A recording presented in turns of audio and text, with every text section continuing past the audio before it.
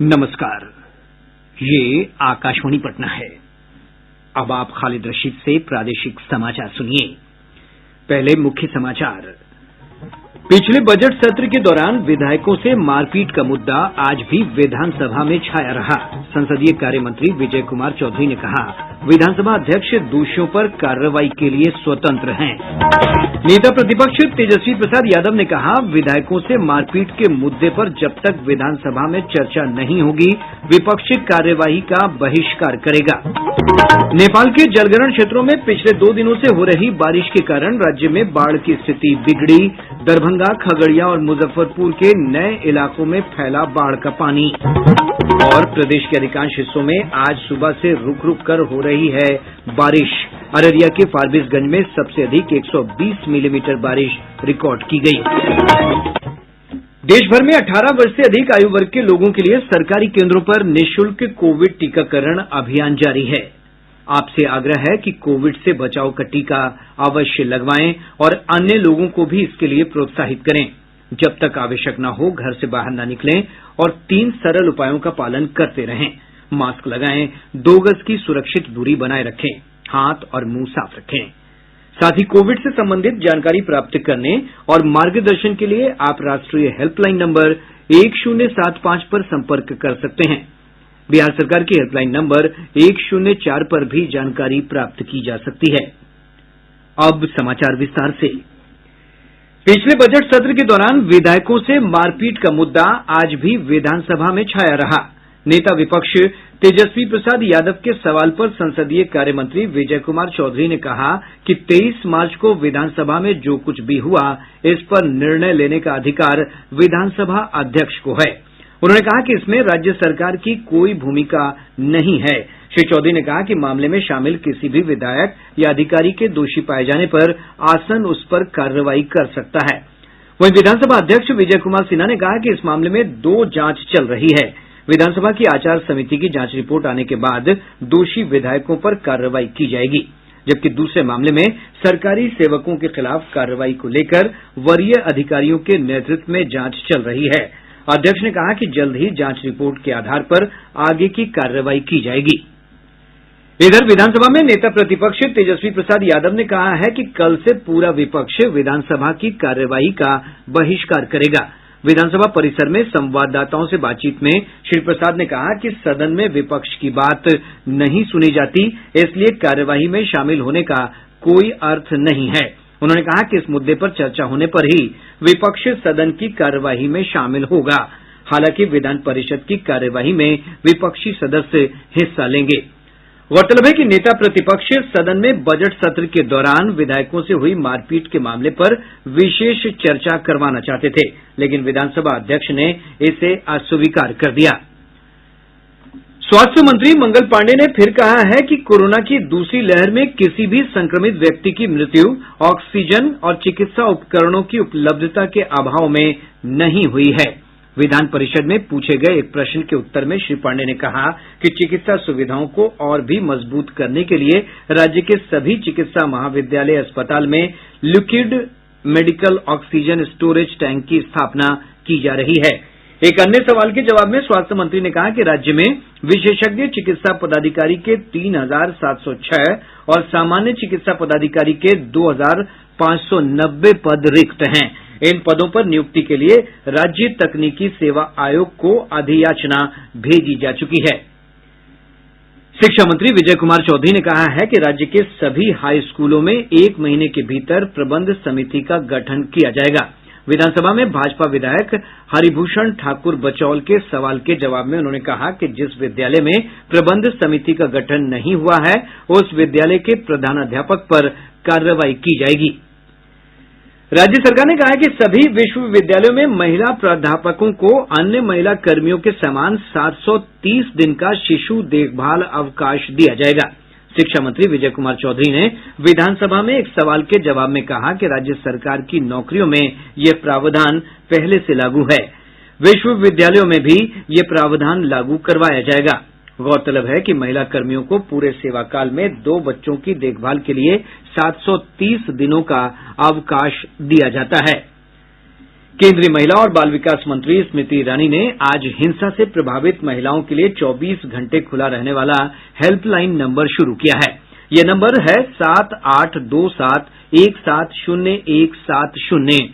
यह helpline number प्रशिक्षित विशेषज्ञों की एक टीम के साथ काम करेगा। राष्ट्रीय महिला आयोग नई दिल्ली के परिसर से संचालित होने वाली इस हेल्पलाइन पर 18 वर्ष या उससे अधिक उम्र की कोई भी महिला कॉल करके मदद ले सकती है। केंद्र सरकार ने कहा है कि ट्रांसजेंडर समुदाय के लिए समाजसेवी संगठनों के साथ मिलकर गरिमा गृहों की स्थापना की जा रही है। केंद्रीय सामाजिक न्याय और अधिकारिता मंत्री नारायण स्वामी ने लोकसभा में बताया कि बिहार सहित कई राज्यों में ऐसे 12 गरिमा गृहों पर काम शुरू हो गया है। प्रदेश में कोरोना के सक्रिय मामलों की संख्या 500 से कम हो गई है। वर्तमान में सक्रिय मरीजों की संख्या 467 है। स्वस्थ होने की दर 98.61% हो गई है। अब तक 7,14,423 मरीज स्वस्थ हो चुके हैं। वहीं राज्य में अब तक 2,30,87,472 लोगों को कोविड से बचाव के टीके दिए गए हैं, जबकि देश में 44,19 लाख से अधिक लाभार्थियों का टीकाकरण हो चुका है। लखनऊ के किंग जॉर्ज चिकित्सा विश्वविद्यालय के डॉक्टर एसएन कुरिल ने कहा कि यदि देश के 1/3 युवाओं का टीकाकरण हो जाए तो कोरोना की तीसरी लहर को रोका जा सकता है।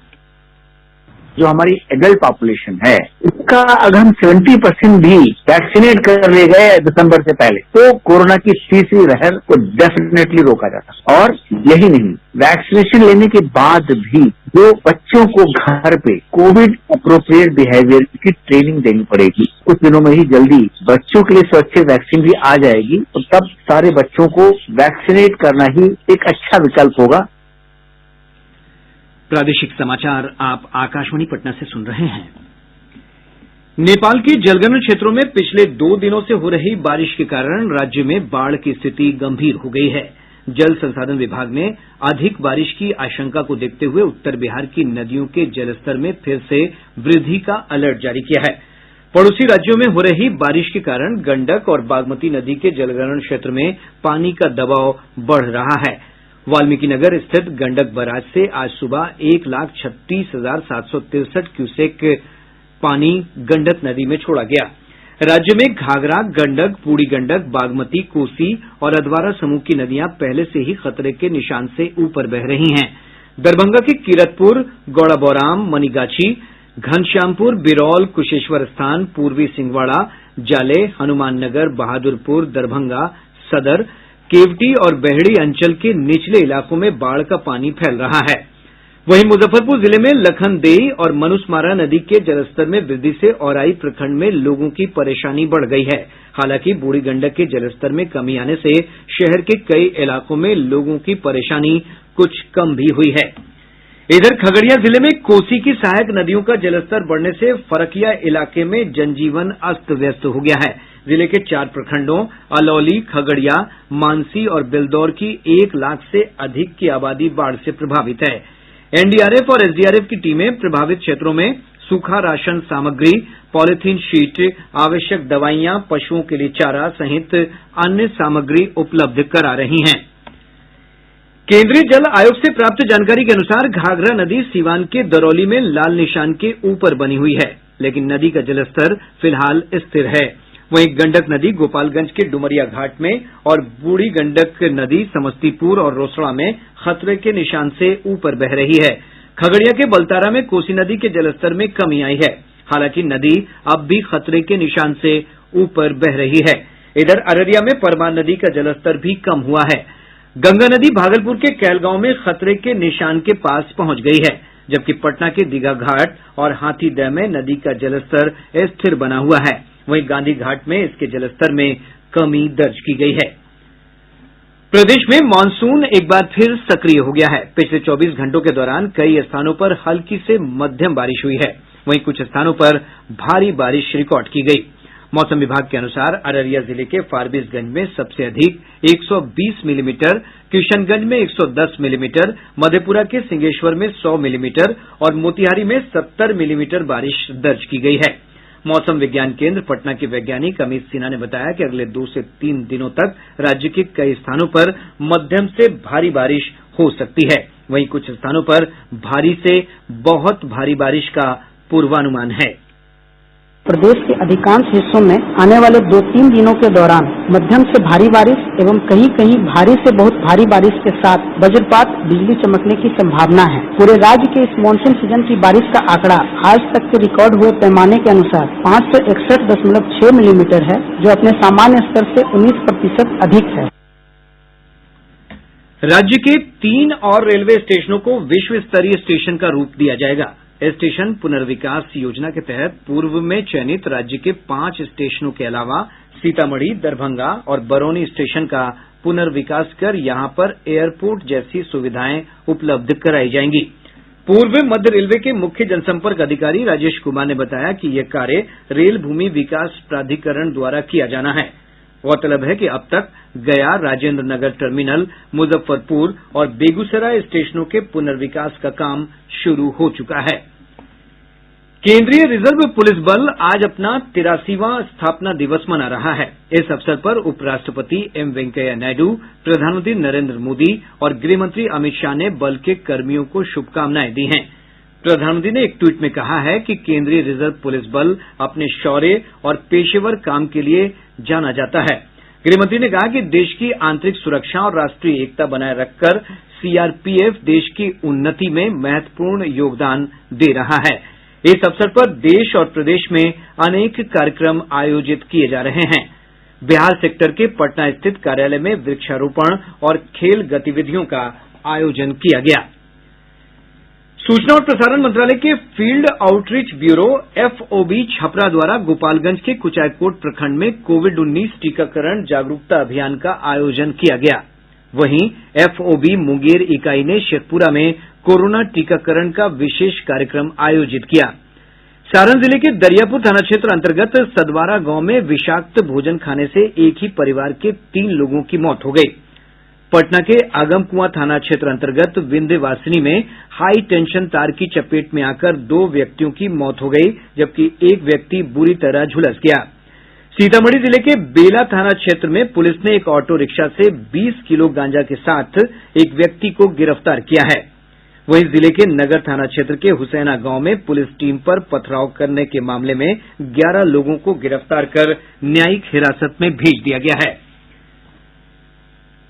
श्रम विभाग के धावा दल ने पूर्वी चंपारण जिले के मोतिहारी और चकिया में छापेमारी कर 12 बाल श्रमिकों को मुक्त करा लिया है। और अब अंत में मुख्य समाचार एक बार फिर। पिछले बजट सत्र के दौरान विधायकों से मारपीट का मुद्दा आज भी विधानसभा में छाया रहा। संसदीय कार्य मंत्री विजय कुमार चौधरी ने कहा, विधानसभा अध्यक्ष दोषियों पर कार्रवाई के लिए स्वतंत्र हैं। नेता प्रतिपक्ष तेजस्वी प्रसाद यादव ने कहा, विधायकों से मारपीट के मुद्दे पर जब तक विधानसभा में चर्चा नहीं होगी, विपक्ष कार्यवाही का बहिष्कार करेगा। नेपाल के जलग्रहण क्षेत्रों में पिछले 2 दिनों से हो रही बारिश के कारण राज्य में बाढ़ की स्थिति बिगड़ी। दरभंगा, खगड़िया और मुजफ्फरपुर के नए इलाकों में फैला बाढ़ का पानी। और प्रदेश के अधिकांश हिस्सों में आज सुबह से रुक रुक कर हो रही है बारिश। अररिया के फारबिसगंज में सबसे अधिक 120 मिलीमीटर बारिश रिकॉर्ड की गई। इसके साथ ही आकाशवाणी पटना से प्रसारित प्रादेशिक समाचार का ये अंक समाप्त हुआ।